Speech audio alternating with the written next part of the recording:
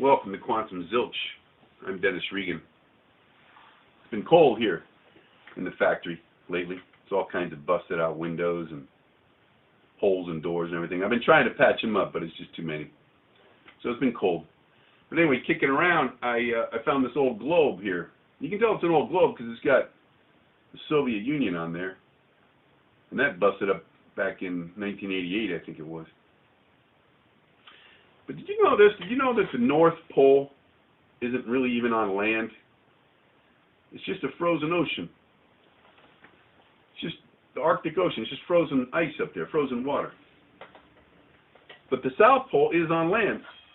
The South Pole is on the continent of Antarctica. It's covered with a frozen layer of ice, but still it's on land. But you never hear anybody talking about the South Pole anymore. You used to back in 1912. There was an expedition headed for the South Pole, a British expedition led by Captain Robert Falcon Scott. He and his men, they hoped to be the first men ever to reach the bottom of the world. Scott, he had tried before. He had led an expedition a few years before, which failed. They had to turn around. It's not an easy place to get to at all. But this time they made it. Scott and his men, only to learn that they weren't first. They'd been beaten by 33 days. A Norwegian expedition led by Roald Amundsen had gotten there first. And they left their Norwegian flag and some other stuff and the markers. And anyway, it was a real kick in the gut for Scott and his men. And now they had to head back. It's a long way back. But they never made it back. They died. Their frozen bodies were found about 8 months later, along with the journal that Scott had kept. And they were brave men, tough men, but Antarctica was too much. Back then, people were talking about the South Pole, but not anymore. But I want to change that. In 2015, in the year 2015, I'm going to have my own expedition. I am going to attempt to become the first man ever to walk to the South Pole alone. I'm calling this project the calling this project the Quantum Zilch one-man South Pole expedition. Now, I know the odds are against me. I realize it's a long shot. But I am confident that with the proper planning and physical training, preparation, I just might possibly be able to pull this off all by myself somehow. Now, and also, I want to do something to help raise awareness for the South Pole. Now, I have to be realistic about this. I'm not going to be able to do this alone. I can't do this all by myself. I'm going to need some help. And because I'm not going to have any sled dogs along with me on this, or mules, or burros, or anything like that, I'm going to need one person to travel along with me and to pull the sled full of all of my supplies. I'm calling this position the sled transport captain, or just sled captain. They don't have to pull the sled necessarily. They can drag it or push it or whatever. They can make those decisions. It's a very important position.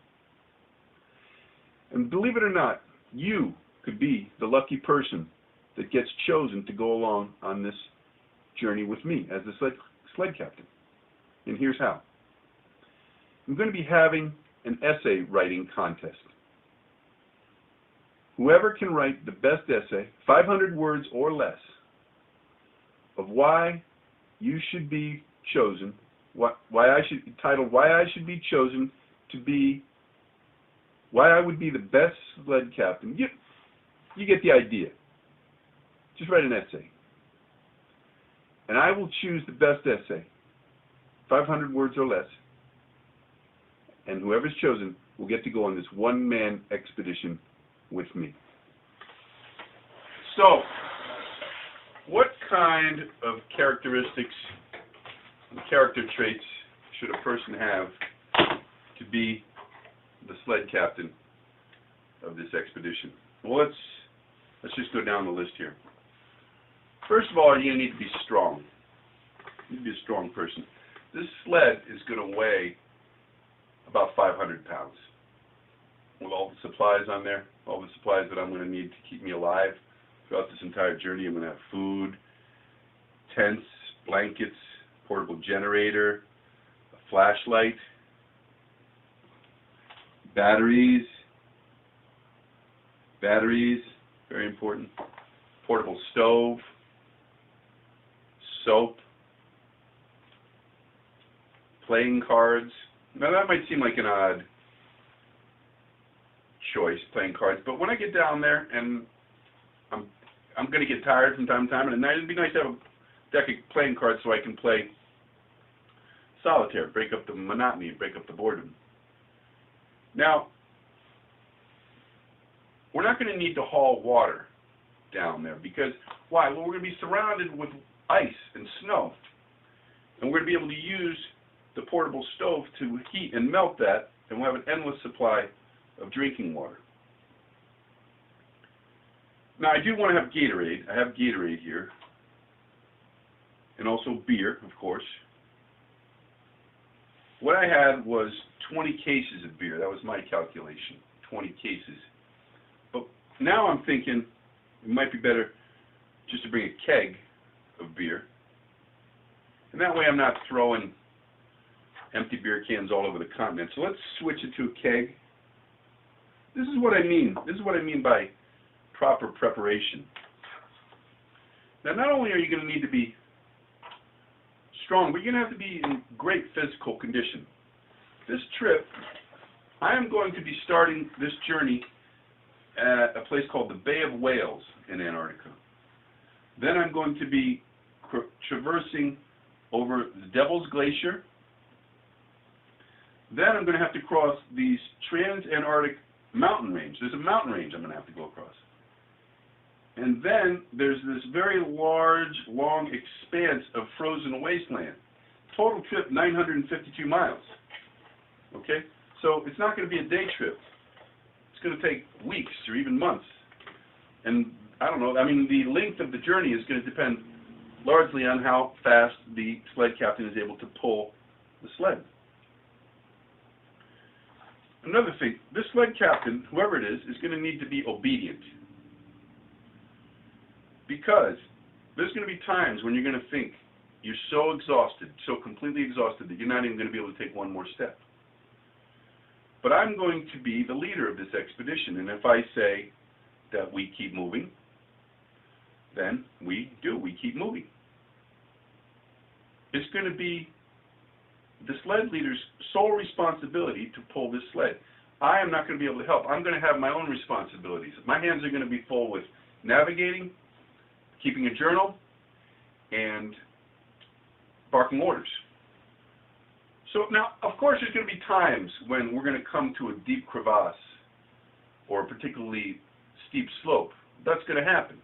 But still, I'm not going to be able to help with the sled. That's going to be your responsibility. I just want that to be clear before anything. Okay? Now, whoever the sled captain is should have a very high threshold for pain.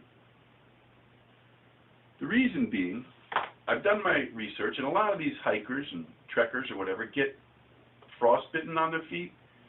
They get blisters, and each step can seem like a living nightmare, and you're just going to have to put up with it.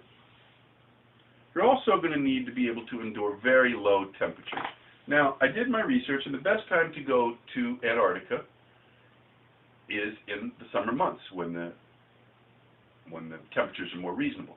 But because of some scheduling conflicts that I have during that year, we're just not going to be able to go then. We're going to have to make this trip during our Antarctic winter.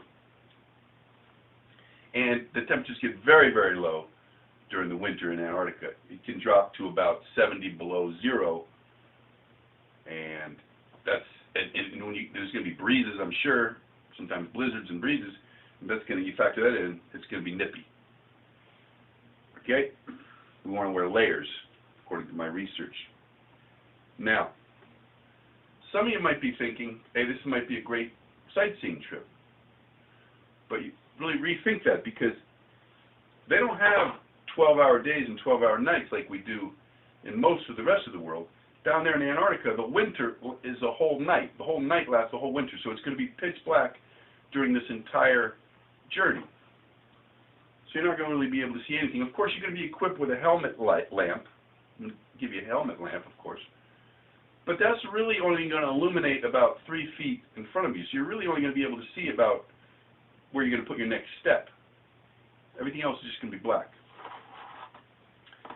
And one final thing that you're going to want to have skill is photography.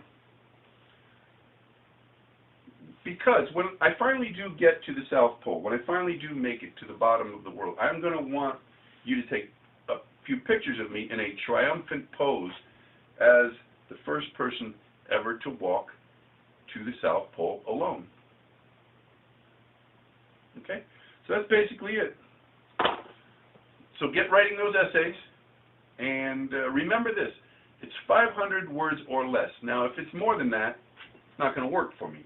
And I'm going to be counting the words before I even read the essays. And if I count one, it's 501 words, I'm just not even going to read it. I'm just going to throw it away, kaboom, right in the trash. So pay attention to that.